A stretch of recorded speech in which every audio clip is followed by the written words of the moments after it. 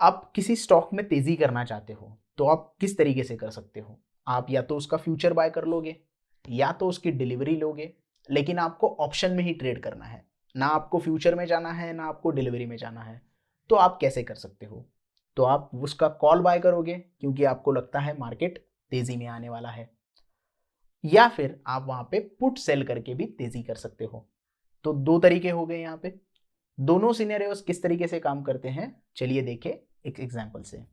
Hindustan Unilever का current market price चल रहा है 2810 रुपए, और आपको लगता है मार्केट ऊपर जाने वाला है, मार्केट बढ़ने वाला है, और 30 सितंबर जो कि उसकी एक्सपायरी है, एक्सपायरी तक अच्छा खासा मार्केट बढ़ जाएगा और मैं जो ऑप्शन में ट्रेड कर रहा हूं उसमें मुझे अच्छा खासा फायदा हो जाएगा, ऐसा आप सोच रहे हैं। तो पहला सिनेरियो क्या होगा, आप यहाँ पे कॉल बाय करते हो। 2820 रुपए का कॉल आपने बाय किया 51 रुपए प्रीमियम देके। ये हो गया पहला सिनेरियो, क्योंकि आप तेजी की पोजीशन ले रहे हो।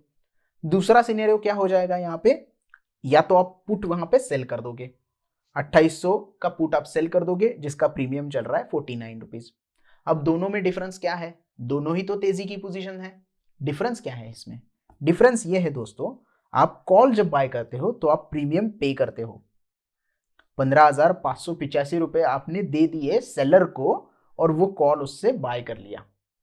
मतलब 51 रुपए का जो टोटल प्रीमियम है उसको आप HUL के 300 के लॉट से मल्टीप्लाई करोगे तो उतना प्रीमियम आपको वहां पे करना होगा। लेकिन कॉल सेलिंग में क्या, पुट सेलिंग में आप क्या करते हो? पुट सेलिंग में आप मार्जिन देते हो ब्रोकर को आपके, और वो वहां पे पुट का जो प्रीमियम होगा वो आप रिसीव करते हो। तो पुट में आप अगर सेल करोगे तो प्रीमियम रिसीव करोगे, और कॉल में अगर आप बाय करोगे तो वहां पे प्रीमियम पे करोगे। क्लियर हो गया दोस्तों? यहाँ पे आप प्रीमियम पे करते हो, यहाँ पे आप प्रीमियम रिसीव करते हो। लेकिन आप जब पुट सेल करते हो तो आपको एक्स्ट्रा थोड़ा मार्जिन आपके ब्रोकर को देना पड़ता है, क्योंकि मान लो पोजीशन आपके खिलाफ चली गई तो आप वहां पे नुकसान में आ सकते हो। तो इन सारी कैलकुलेशन, क्योंकि आपके पास तो अवेलेबल है ही नहीं ये पुट, तो आप सेल कैसे करोगे? अवेलेबल नहीं है तो बाय कर सकते हो, लेकिन सेल कैसे कर सकते हो? लेकिन ब्रोकर आपको ये फैसिलिटी देता है कि आप ये पुट सेल कर सकते हो, इसकी वजह से वो आपसे मार्जिन पे करता है। तो आपसे मार्जिन उसने ले लिया 1,40,000 रुपए तक का, तो आपने इससे सेल कर दिया। तो इन दोनों सिचुएशन में एक्सपायरी के दिन कौन सा बढ़ेगा और कौन सा आपको प्रॉफिट बना के देगा? मार्केट अगर 2800 रुपए से 2900 रुपए हो जाएगा तो ये तो आपको प्रॉफिट बना के देगा और ये भी प्रॉफिट बना के देगा, क्योंकि जैसे जैसे मार्केट बढ़ेगा पुट का प्राइस कम होता चला जाएगा। तो यहाँ पे पुट आपका जीरो होने के चांसेस होंगे, तो आपको यहाँ पे प्रॉफिट बनेगा। तो सेलर तो प्रॉफिट में आ गया। मार्केट बढ़ रहा है, कॉल बायर के डायरेक्शन में मार्केट जा रहा है, तो यहाँ पे कॉल बायर तो पैसे बना ही लेगा, क्योंकि जैसे मार्केट बढ़ेगा इसका प्रीमियम भी बढ़ना चालू हो जाएगा और उसको प्रॉफिट बनता चला जाएगा। लेकिन मार्केट गिरेगा तो दोनों को नुकसान हो जाएगा, क्योंकि मार्केट गिरेगा तो पुट की प्राइस बढ़ना चालू हो जाएगी और कॉल की प्राइस घटना चालू हो जाएगी। तो मार्केट गिरने की सिचुएशन यहाँ पे हम नहीं डिस्कस करते हैं। अगर मार्केट स्टेबल रह गया, दोनों जगह पे, दोनों सिनेरियोज में मार्केट अगर स्टेबल रह गया तो कौन पैसा कमाएगा? यहाँ पे सेलर पैसा कमाएगा, क्योंकि इन दोनों सिनेरियोज में कॉमन चीज है टाइम डिके। क्योंकि एक्सपायरी 30 तारीख को है तो टाइम तो घट रहा है। मान लो HUL का प्राइस बढ़ने में 4 दिन लग गए, तो 4 दिन का आपका टाइम का जो वैल्यू हो जाएगा वो कम हो जाएगा। और 4 दिन में मान लो मार्केट सिर्फ 20 रुपए से बढ़ गया, तो मार्केट तो 20 रुपए से बढ़ गया, लेकिन आपका कॉल जो है वो टाइम डिके 4 दिन का कट करने के बाद ही बढ़ेगा। तो यहाँ पे आप कंफर्म नहीं बोल सकते कि अगर मार्केट कंसोलिडेट होगा या फिर साइडवेज मूवमेंट देगा तो आपको यहाँ पे कॉल में फायदा हो सकता है। लेकिन आप यहाँ पे ये बोल सकते हो कि अगर कंसोलिडेट मार्केट रहता है या फिर स्टेबल रहता है मार्केट तो इसकी टाइम वैल्यू कम होती जाएगी, और सेलर चाहता ही यही है कि टाइम वैल्यू पूरी कम हो जाए और पूरा का पूरा जो प्रीमियम है वो मुझे मिल जाए, क्योंकि सेलर बेट ही इस जगह पे या फिर इस आस में लगाता है कि उसकी टाइम वैल्यू जीरो हो जाएगी तो पूरा का पूरा प्रीमियम मुझे मिल जाएगा। इसीलिए वो क्या कर रहा है, out of the money put option sell कर रहा है। Out of the money option का यही फायदा होता है कि उसकी टाइम वैल्यू धीरे धीरे कम होती चली जाती है। तो मार्केट यहाँ पे अगर 30 तारीख को 2810 या 2815 भी रह जाता है तो भी सेलर यहाँ पे पैसे कमा के लेके जाएगा, क्योंकि एक्सपायरी तक उसकी टाइम वैल्यू 0 हो जाएगी और इस प्रीमियम में सिर्फ टाइम वैल्यू ही है, इंट्रिंसिक वैल्यू है नहीं, क्योंकि 10 रुपए आउट ऑफ द मनी ये कॉल आप पुट ऑफ बेच रहे हो। तो यहाँ पे उसको पता है कि प्रीमियम 0 होने वाला है, तो सेलर यहाँ पे हमेशा प्रोबेबिलिटी ज्यादा रहती है कि वो प्रॉफिट में रहे एज कंपेयर टू बायर, क्योंकि बायर के पास क्या है, यहाँ पे टाइम वैल्यू कम होने का रिस्क है। अगर मार्केट बढ़ गया तो फायदा बना लेगा, वो प्रॉफिट बना लेगा, लेकिन मार्केट साइडवेज रह गया और इसी प्राइस के आसपास एक्सपायरी के दिन क्लोज हो गया तो इसका जो पूरा प्रीमियम है वो टाइम वैल्यू की वजह से कम हो जाएगा। तो यहाँ पे प्रोबेबिलिटी किसकी बनती है, सेलर की प्रॉफिट बनाने की प्रोबेबिलिटी ज्यादा बनती है एज कंपेयर टू बायर। इसे थोड़े डिफरेंट तरीके से देखते हैं थोड़े थ्योरेटिकल पार्ट में, इसलिए मैंने पहले एग्जाम्पल बताया ताकि आपको पता चले कि किस तरीके से ये हो सकता है। अगर हम बाइंग कॉल लेंगे या फिर सेलिंग पुट लेंगे तो आपको डिफरेंस क्या क्या दिखता है दोनों में।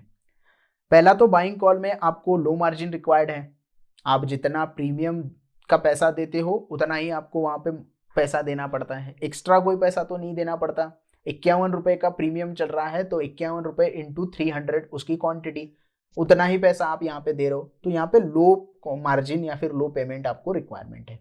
लेकिन सेल करते वक्त क्या होता है, आपके पास वो अवेलेबल ही नहीं होता है, फिर भी आप सेल करना चाहते हो, इसीलिए ब्रोकर से मांग के लेते हो, तो ब्रोकर आपको मार्जिन लगाता है कि भाई 1,40,000 रुपए दो तो ही आप ये सेल कर सकते हो, तो यहाँ पे थोड़ा हाई मार्जिन रिक्वायर्ड होता है। उसके बाद बाइंग कॉल में आप प्रीमियम लेने के लिए प्रीमियम पे करते हो, वो कॉल बाय करने के लिए आपने प्रीमियम सेलर को दे दिया, यहाँ पे प्रीमियम पे कर दिया। लेकिन सेल करने में क्या होता है कि आप प्रीमियम रिसीव करते हो, मतलब अगर हम HUL का ही एग्जांपल ले ले तो 51 रुपए आपने प्रीमियम पे कर दिया था और सेलर ने क्या किया था, 49 रुपए प्रीमियम अपने पास रिसीव कर लिया था, तो ये दोनों में डिफरेंस होता है। उसके बाद बाइंग कॉल में रिस्क कम रहती है। अब रिस्क कम क्यों रहती है, क्योंकि जितना पैसा आपने प्रीमियम के लिए पे किया है उतनी ही आपकी रिस्क हो गई। अगर मार्केट गिर भी जाता है, मार्केट बढ़ा नहीं, मार्केट गिर गया, तो यहाँ पे क्या हो जाएगा, जितने आपने पैसे दिए हैं उतने ही आपके माइनस हो जाएंगे। लेकिन मान लो यहाँ पे सेलर ने पुट बेचा है और मार्केट गिर जाता है तो उसकी रिस्क बहुत ज्यादा हो जाती है, क्योंकि मार्केट अगर यहाँ पे 100 पॉइंट से गिर गया पुट बाइंग के सिनेरियो में तो आपको 51 रुपीज का ही लॉस होगा, लेकिन मार्केट यहाँ 100 पॉइंट से गिर गया तो इसको एक्स्ट्रा 50 रुपीज का लॉस हो जाएगा, क्योंकि इसने 49 रुपए का प्रीमियम पे किया है और मार्केट 100 रुपए से गिर गया है, तो 51 रुपए का एक्स्ट्रा लॉस हो जाएगा।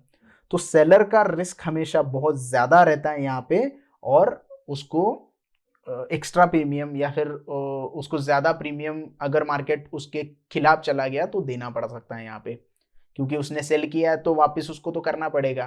तो अगर प्रॉफिट में निकलेगा तो अच्छा है, लेकिन लॉस उसका बहुत ज्यादा हो सकता है, इसीलिए यहाँ पे रिस्क भी बहुत ज्यादा है।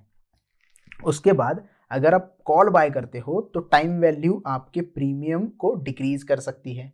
जैसे हमने डिस्कस किया, अगर मार्केट स्टेबल रहता है तो टाइम वैल्यू उसकी 0 होने लगती है, और टाइम वैल्यू 0 हो गई तो ऑप्शन का प्रीमियम में से टाइम वैल्यू माइनस हो जाएगा, और जैसे ही टाइम वैल्यू माइनस हो जाएगा ऑप्शन का प्रीमियम घट जाएगा।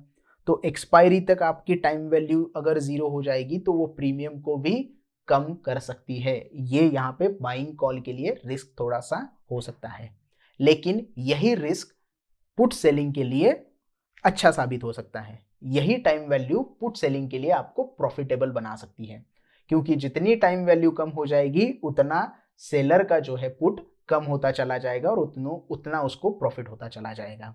तो ये दोनों में डिफरेंस होता है। टाइम वैल्यू तो सेम है, लेकिन टाइम वैल्यू एक को 0 होने का नुकसान होता है, एक को 0 होने का फायदा होता है। तो सेलर हमेशा इस टाइम वैल्यू की 0 होने की वेट करता है ताकि वो पूरा का पूरा प्रीमियम का फायदा वहां पे उठा सके। इसलिए मार्केट में बोला जाता है कि सेलर बहुत ज्यादा पैसे मार्केट से कमाते हैं कंपैरेटिवली बायर्स, क्योंकि बायर्स के पास ये हमेशा रिस्क रहेगा टाइम वैल्यू 0 होने का, और सेलर हमेशा इसका फायदा उठा देगा, क्योंकि वो कंफर्म रहते हैं कि अगर पर्टिकुलर स्ट्राइक प्राइस का उन्होंने पुट बेचा है तो वो वहां पे कंफर्म है कि ये इसका टाइम वैल्यू 0 होने वाला है, इसीलिए वो पैसे कमा के लेके चले जाते हैं। और जो रिटेल ट्रेडर होते हैं वो क्या करते हैं, दूर का ऑप्शन सिलेक्ट करते हैं क्योंकि वो सस्ता मिल रहा है, लेकिन हर सस्ती चीज अच्छी नहीं होती क्योंकि वो 0 होने वाली है।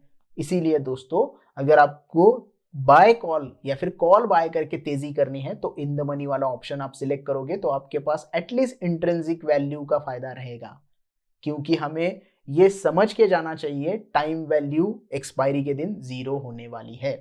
तो जिस ऑप्शन में टाइम वैल्यू ही है, इंट्रिंसिक वैल्यू ही नहीं है, तो यहाँ पे आप बहुत बड़ी रिस्क ले रहे हैं, इसीलिए आप वहां पे सेल करके पैसा कमाइए। उसके बाद दोस्तों, बाय अगर आप कॉल करते हो तो मार्केट बहुत तेजी से बढ़नी चाहिए, तो ही आपका वो कॉल होगा वो अच्छे तरीके से बढ़ेगा और आपको प्रॉफिट कमा के देगा। अगर वो स्लोली बढ़ गया तो हमने डिस्कस किया था टाइम वैल्यू खा जाएगा। लेकिन सेल करते हो आप, अगर पुट सेल करते हो तो कोई जरूरत नहीं है मार्केट तेजी से बढ़ने की। मार्केट स्लोली ऊपर जाएगा तो भी पुट सेलर टाइम वैल्यू के साथ आपका पैसा बना देगा। इसीलिए सेलर्स हमेशा कभी भी क्विकली मार्केट बढ़ने के फेवर में नहीं होते। फेवर में मतलब बढ़ गया तो उनको फायदा ही है, लेकिन वो क्या करते हैं, स्लोली बढ़ रहा है ना तो आराम से बैठो और अपना पैसा बनते हुए देखो, क्योंकि टाइम वैल्यू कम हो रही है। इसीलिए इन दोनों में ये डिफरेंस बहुत जरूरी होता है। बाय कॉल करते हो तो क्विकली मार्केट बढ़ना चाहिए, एकदम रैपिडली, एक दिन में 50-60 रुपए बढ़ने चाहिए तो ये आपको ये प्रीमियम पैसा कमा के देगा। लेकिन सेलर क्या करता है, क्विकली बढ़े या फिर स्लोली बढ़े, अपना तो टाइम वैल्यू से पैसा बन रहा है, इसीलिए सेलर हमेशा बायर्स से अच्छा खासा प्रॉफिट बना के लेके जाते हैं मार्केट में। तो ये था वीडियो दोस्तों बाइंग कॉल और सेलिंग पुट के ऊपर। आशा करता हूं कि वीडियो आपको अच्छे से समझ में आ गया होगा। वीडियो अच्छा लगा हो तो प्लीज लाइक कीजिएगा, दोस्तों के साथ शेयर कीजिएगा और हमारे चैनल को भी जरूर सब्सक्राइब कीजिएगा। धन्यवाद।